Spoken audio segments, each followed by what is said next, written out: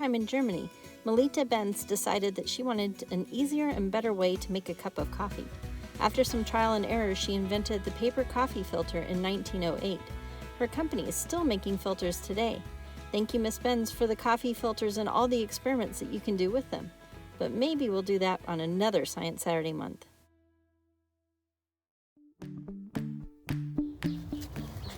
Hi. Coffee filters may have been invented over 100 years ago, but they can be used for all sorts of fun experiments. Now, the reason why coffee filters was invented was to help filter out the coffee grounds and things that would make the coffee taste bitter. You can do your own experiments using coffee filters for filtration to see how dirty water gets filtered to help make a water a little bit cleaner. And you can do that over here by creating just a filter with different material along with a coffee filter, and then pour in kind of some dirty water from your backyard and see, you can try different experiments with different types of material and see what helps filter your water the best. So this is one experiment that you can do. Another one that you can do is actually thanks to the way that coffee filters are made.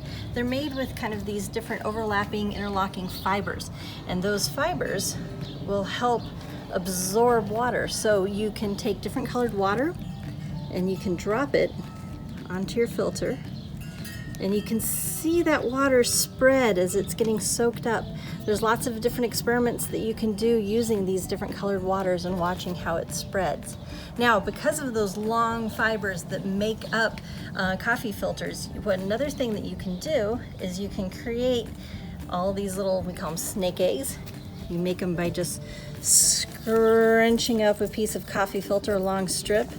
Just kind of scrunch it up into a ball, and then you can take a dropper and some water, or you can take a cotton ball and soak your cotton ball and squeeze it out.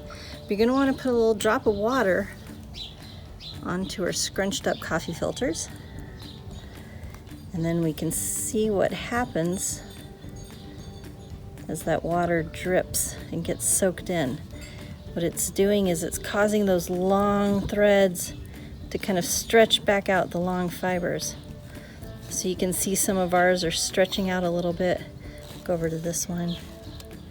Ooh, that one grew nicely. So you can kind of play and see how long of a snake you can create. Remember those little scrunched up long cellulose fibers, they get crushed up when you do that. And then when you add the water helps expand and it fills into all those little air pockets that are in between the filters. And you can see here how our filter has continued to expand, or water area on the filter has continued to expand out. This is called capillary action. You can learn more about that with some of the experiments we have on our website. So you can get creative, make some flowers, do some experiments. There's all sorts of things that can be done with coffee filters. You can also use them to make parachutes. That's another experiment that we have on our website. So what you can do, go to our website on the drop-down menu under events, go to Science Saturday, and you can get more than a year's worth of videos and free activities. So if you've missed some of the ones we've done in the past, go onto our website and check them out. My name is Margaret Oslins, and I'm one of the educators at the Western Science Center, and thank you so much for joining me today. And we'll see you next month. Bye.